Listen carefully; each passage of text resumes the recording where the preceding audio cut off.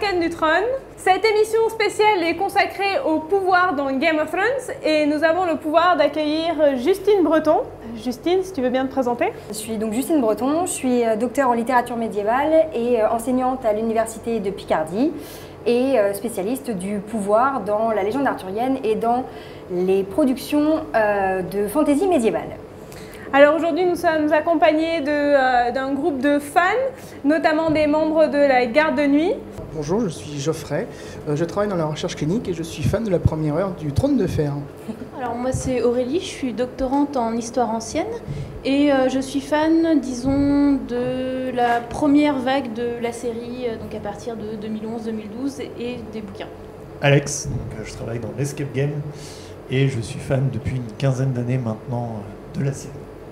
Bonjour, Benjamin, je suis étudiant dans le web et je suis fan aussi depuis 5-6 ans, peut-être 7 de la série, je sais plus. Bonjour, moi je m'appelle JB, je suis dans l'univers des jeux vidéo et je suis un fan de séries, pas forcément uniquement Game of Thrones. Et voilà, j'espère qu'on va pouvoir en discuter et plus ou moins tomber d'accord. Alors Justine, ce qu'on a vu, c'est que dans Game of Thrones, il y a différents types de pouvoirs, la notion de pouvoir est large. Est-ce que tu pourrais nous dire déjà quels sont les grands types de pouvoirs qu'on trouve dans la série?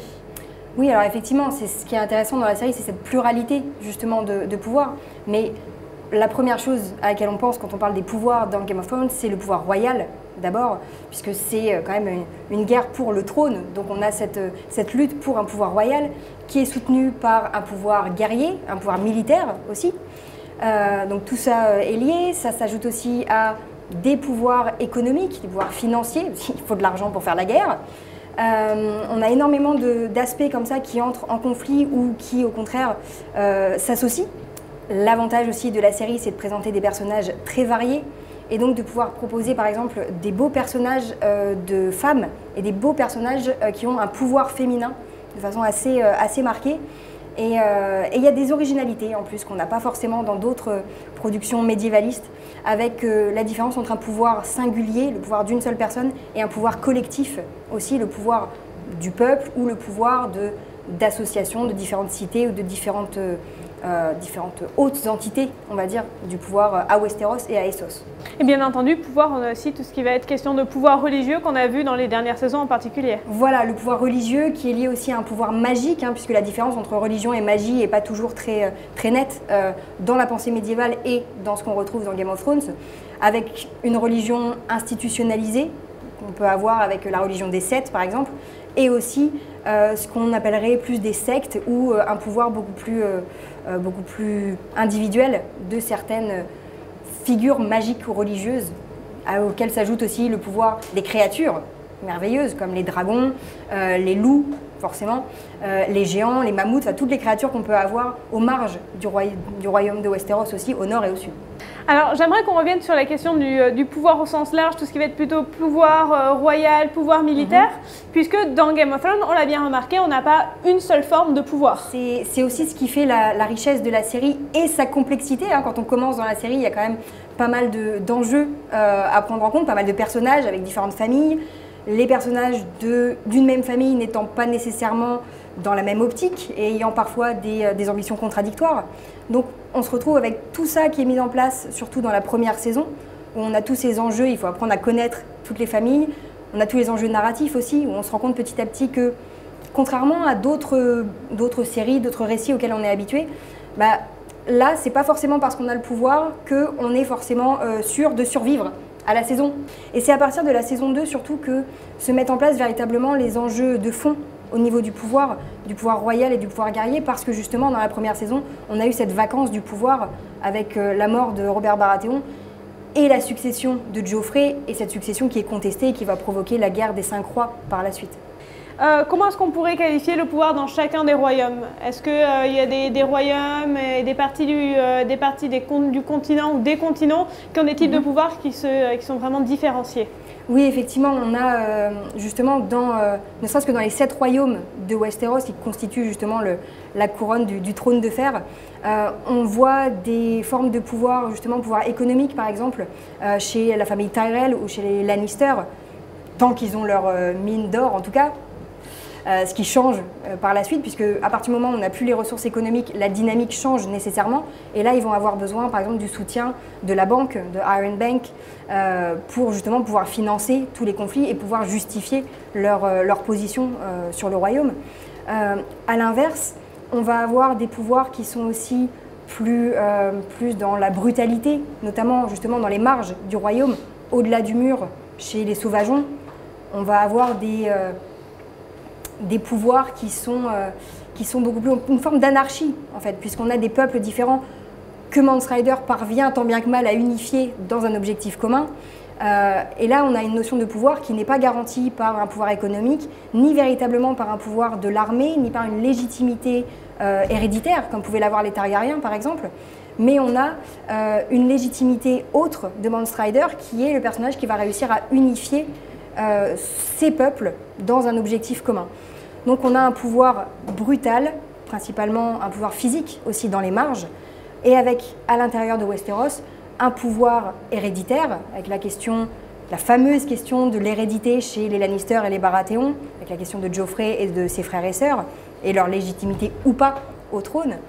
Donc on a un pouvoir héréditaire, un pouvoir économique, un pouvoir guerrier, le tout qui s'associe tant bien que mal, avec chaque famille qui essaye de faire valoir ses propres arguments. Les familles comme les Tyrell, qui vont avoir un pouvoir économique grâce à leurs ressources agricoles notamment, vont chercher à valoriser ce pouvoir économique pour montrer que ce sont eux les plus importants. Je rajoute aussi un tout petit point, c'est par rapport donc, au royaume de Westeros. Il y a aussi la principauté de Dorne, oui, qui est en fait un pouvoir politique un petit peu particulier, parce qu'en fait c'est une principauté, elle a encore le titre de principauté, et le gouverneur entre guillemets de cette région-là, il a le titre de prince, et donc il est encore, c'est un statut un petit peu particulier. Ils sont intégrés au royaume, hein, ils reconnaissent totalement la suzeraineté du trône de fer, mais ils ont plusieurs privilèges, notamment sur les questions de loi de l'hérédité, etc.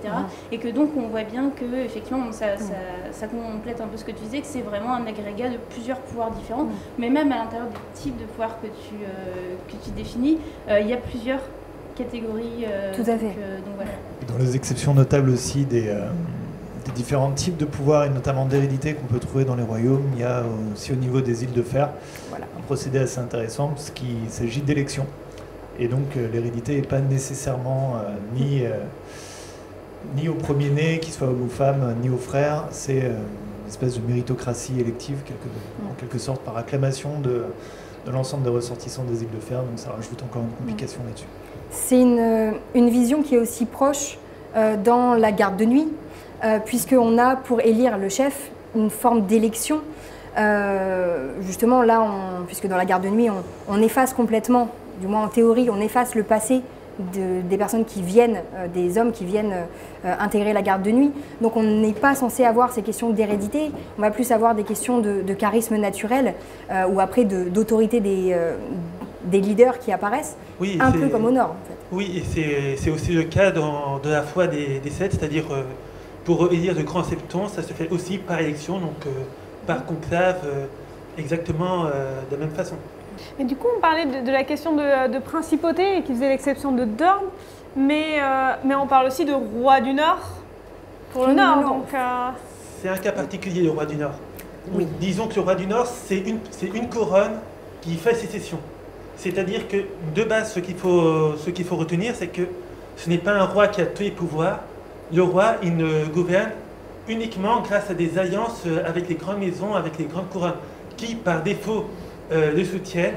Mais s'il fait trop la merde, quoi, les couronnes peuvent se soulever et le peuple, les maisons, se rangeront à partir du suzerain de la couronne. Et c'est comme ça qu'on se retrouve dans la série avec un roi du Nord.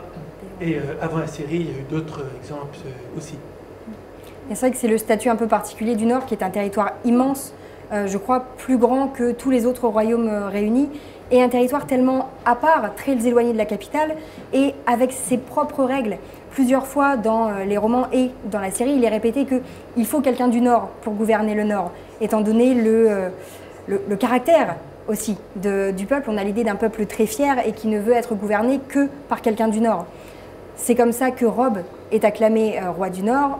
et par la suite Jon, puisqu'ils ont, en plus d'avoir le bon nom, ils ont le fait d'être nés au bon endroit et d'être nés pour gouverner le Nord. Une organisation dont on parle peu, c'est finalement celle de la communauté de la nuit, ce que j'entendrais par les marcheurs blancs. On ne connaît pas trop leur communauté, on sait qu'ils ont un roi.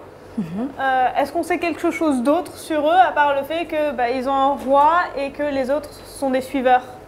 Alors, ils ont un roi, ils ont aussi d'autres petits chefs, on va dire, qui sont sous l'autorité du roi et qui retransmettent justement les ordres à cette armée de zombies de glace, hein, un petit peu. Mais pour l'instant, tout reste très mystérieux, tout comme le fait qu'ils veuillent descendre, ils veuillent passer le mur. Est-ce que c'est simplement pour détruire et pour prendre possession de tout le royaume? Est-ce qu'il y a d'autres ambitions?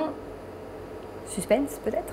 Moi, ce que j'ai toujours vu à travers GOT, c'est une certaine vision de notre société, notre monde. Et j'ai souvent fait des parallèles, en tout cas essayé de faire des parallèles entre les pouvoirs réels et les pouvoirs qu'on pouvait avoir à l'intérieur. Vraiment, c'est fictif. Et en fait, autant j'arrive à très bien voir plus ou moins ce qui est ciblé dans la représentation de GOT sur les différents pouvoirs que vous avez déjà cités. Ce mur, en fait, je l'ai toujours vu comme un symbole entre la différence entre deux états et deux considérations, un peu comme on a aujourd'hui une sorte d'immense fossé entre nous et puis une certaine, les autorités quelles qu'elles soient. Et en fait, quelque part, les dernières saisons de GOT, je les ai plus regardées en me disant que finalement les White Walkers et plutôt tout ce qui était de l'autre côté du mur, c'était un petit peu une métaphore du peuple. Un avis sur la question? Si on doit trouver une métaphore aux marcheurs blancs, les sauvageons qui veulent passer, si on voyait dans une métaphore actuelle, ce serait plus les migrants qui veulent s'en sortir. Juste à noter, Martin s'est toujours défendu d'écrire dans le monde réel en fait.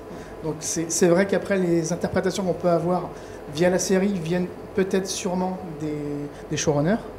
Et il faut aussi noter que dans les livres, la représentation des autres est complètement différente, puisque pour le moment on n'a pas de notion de roi, voilà. De roi au-delà du mur, enfin de roi de la nuit. Il est évoqué mais il n'est absolument pas montré, c'est une légende. On ne voit que les autres et les spectres, ce qu'on appelle les spectres, c'est-à-dire les zombies qu'il y a dans la série. Ouais. C'est quand même deux choses complètement différentes. Donc voilà, il y a quand même des petites différences entre les deux qui portent à discussion. Et ça, c'est... Des différences qui sont bonnes à noter. Merci beaucoup pour vos témoignages. Merci Justine Breton d'être venue. Merci à vous tous. On se retrouve pour une deuxième émission sur le pouvoir dans Game of Thrones très prochainement. À très bientôt, Valère Morgolis.